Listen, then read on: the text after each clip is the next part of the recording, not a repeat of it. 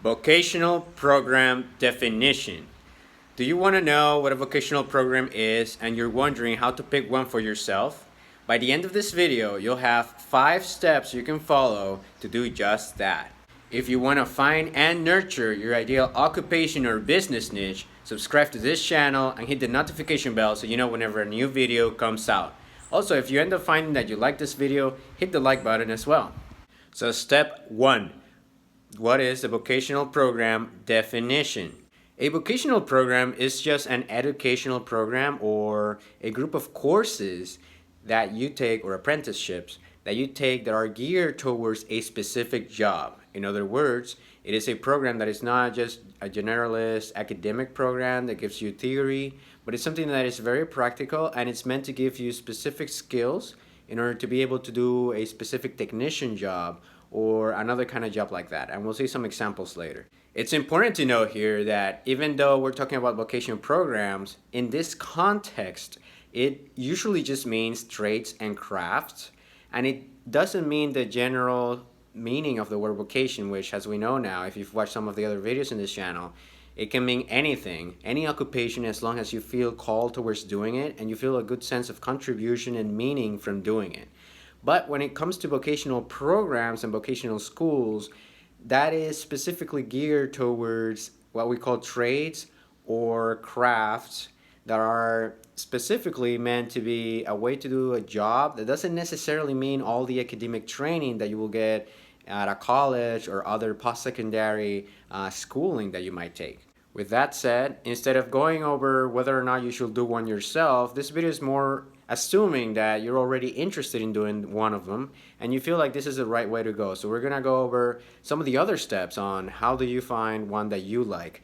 And the next step is step 2.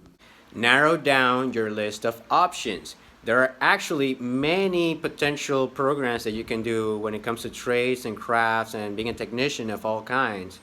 And basically, since there's so much possibility, you might want to go into a good list of examples. You can search for your online and you will see all the kinds of possibilities that there are out there. And you need to narrow them down towards things that actually interest you. I would refrain from looking at the actual pay for each of those positions right away, because if you do it that way, you may end up with a list of things that you will end up hating, and you may not even complete the training if you hate it too much. And I know it because I've been there, other people have been there as well. So maybe it's best to just start the list with the mindset of, okay, what are some of the things that I believe I will enjoy doing? And then just narrow the list somewhat. So to give you an idea, some examples, although this list is nowhere near exhaustive because there's there's a lot of possibilities. You have the electricians, you have the plumbers, you have the lab technicians, bookkeeping, childcare, carpentry, hairstylist, paralegals, travel agents, among many, many more. So while we're not going in depth here on what are some of the criteria I can use to narrow that list down, something that you can do is simply go through a list of examples online, and you yourself will know. You will know, okay, hairstylist, maybe that's I've never been a hairstylist, I don't want that. You will go through the list and you will naturally discard many of the options simply because you really don't feel like that's something that's good for you. Now, this is not the best way to do it because there may be things there that you might discard right away and maybe you'll be interested in that later. But it is a good way to narrow things down based on intuition of what you might want to check out first. Now, this isn't a super exhaustive process of how you're gonna get to the very best vocation that it's out there for you, but this is just a basic video to give you a few examples and a few steps on how you can arrive at a good answer that could be good for yourself. So now that you have a list of fewer options that you are interested in, now step 3 is actually going deeper and learning more about each of those options that interest you. Now, when it comes to these specifics, like mentioned before, that's what this channel is for. At this point in time, if you're watching this at the time of publishing, we are in the process of building out definitions and doing some of the groundwork for the channel, and we're not going very in-depth yet. But we will get to that eventually. So stay tuned and subscribe. In the meantime, what you can do, besides the obvious, just search online and see a little bit more about what each of those trades require and what you do on a day-to-day basis, it's really actually going and shadowing someone who's already doing it. You can go in also like check for interviews of people who have day-to-days, but sometimes those may not be representative of what it is like to work on a position like that or on a trade like that on a day-to-day basis.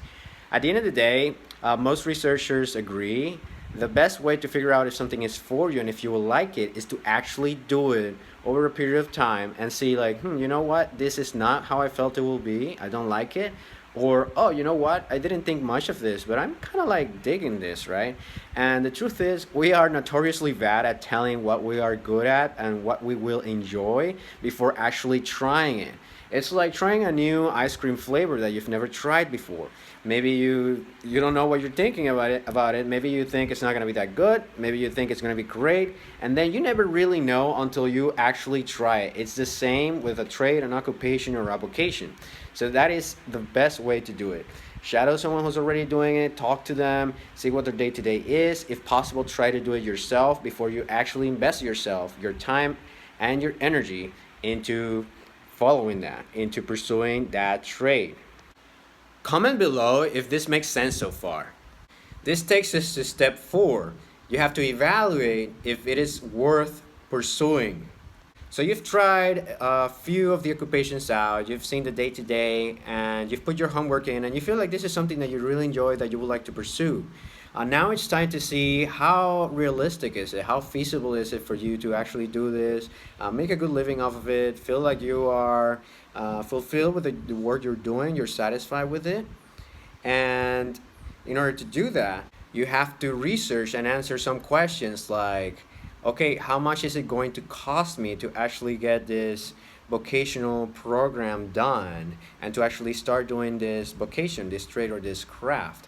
And when we talk about cost, we talk about both in terms of money, like how much is it going to cost me, but also in terms of time. In other words, if it's something that's going to take you 2 years, what else could you be doing with those 2 years? What other trade could you be doing with it? What other thing could you be doing with your life during those 2 years? Because that's what we call the opportunity cost. Other questions might be, will you have to move to actually pursue the vocational program? Or will you have to move to actually start being a worker in that trade that you are preparing yourself for? How much is that going to cost? Are you willing to move? Like maybe you're living by yourself and you're okay with that. Maybe you're not. And that's going to be more difficult for you. Also, you'll have to figure out like, how are you actually going to get paid? Like how and where? Can you actually do that trade in your same town? In the case that you cannot move, you have to see if there is a way for you to actually make money, make a living off of it in the town that you're living in, especially if you have a difficulty with moving. Maybe you have a spouse there who's working and you have children, and maybe that's way more complicated. So you have to be realistic about it as well and think about it in those terms. Like, okay, like, can I actually do this? And can I actually get a job in this with some feasibility, right? Like relatively quickly, how's the job market there? We're not gonna get super deep into the whole interviewing, like researching jobs kind of things. We can do that in another video. If you want me to do that, comment below, let me know. We'll probably do it anyways. But that's kind of like the gist of it, right? You gotta know the how to. Now, in this case, it's interesting because step 4, many people will think, me included, I would have done it before step 3. If you remember, step 3 was kind of like going in deeper with the research about whether or not you will like the actual trade that you're thinking about by seeing the day-to-day. And most people will think, oh, but I will do step 4 first because it's about figuring out the return on investment. Like, yeah, like, can I actually get a job of this? Like, is it going to take too long, or it's not going to be worth it, or X, Y, Z? Now, there's not a really like 100% right answer to this. You can do it the way that works for you. In this case, this will be my recommendation, especially if you're the kind of person who tends to do things just for the money and then feel miserable. Like, that's probably not the best way to go. But it also depends on your personal values as a person. If you are a person who values economics and monetary reward more, like considerably more than you value your own happiness or your own, let's say, holistic well-being, if you value the economics too much more than that, than the latter, then you might be okay and feel great just figuring out, okay, where is the most money? and I'm okay with this occupation even though I could be happier in another one that makes less money, and I'm okay with that, then that's fine. Then that's your case. For the majority of people, I will say, like, first try to find the ones that are really good that you'll enjoy, and then engineer back, like, okay, like, is this something that is actually feasible? And if not, that's fine. Maybe you'll find that once you see that it's not as feasible, that you'll have to move or there will be some obstacles, you'll be okay with it because you know that this is something that you really like, that you really want to do and try out. So you'll be much more willing to actually go with it versus if you had started the other way around and said, oh, like, this is I'm gonna have to move, I'm not gonna even try it, and then you won't have known if that was the right thing for you because you didn't even try it. Does that make sense? Comment below. So you know the definition of a vocational program. You have a few examples of those. You have narrowed the list down by really trying them out and seeing if they are for you. And then you even went and thought about it in a very realistic way. Like, okay, like, I can actually get a job here. If I do this, it's gonna take 2 years, for example, of training, and it costs this much, and I can do it this way, this way, this way. Then all that's left is step 5. Taking action on it. So now, if you've actually done this exercise well and you didn't shirk on it, which most people will probably do and just like do some research online and that's it, okay. But if you did the work and you are very sure that this is something that you want to try out, that this is something that feels like it's a good thing that you like to do, then put it in place. Like, after doing all that research, the worst thing you can do is rob yourself of the experience of learning a new skill and gaining some new experience trying a different vocation. You never know where that's going to end up. Like, that doesn't necessarily mean you're going to do that for the rest of your life or anything like that, but it's going to be a valuable experience for you, and you're going to end up learning more and growing as a person. And doing something that you like while you're growing, it's something that's absolutely great. And you never know. Sometimes skills, they're used for a job, but then you can potentially use them in a different industry, in a different job altogether down the line as you grow as a person. And that will be my recommendation for you.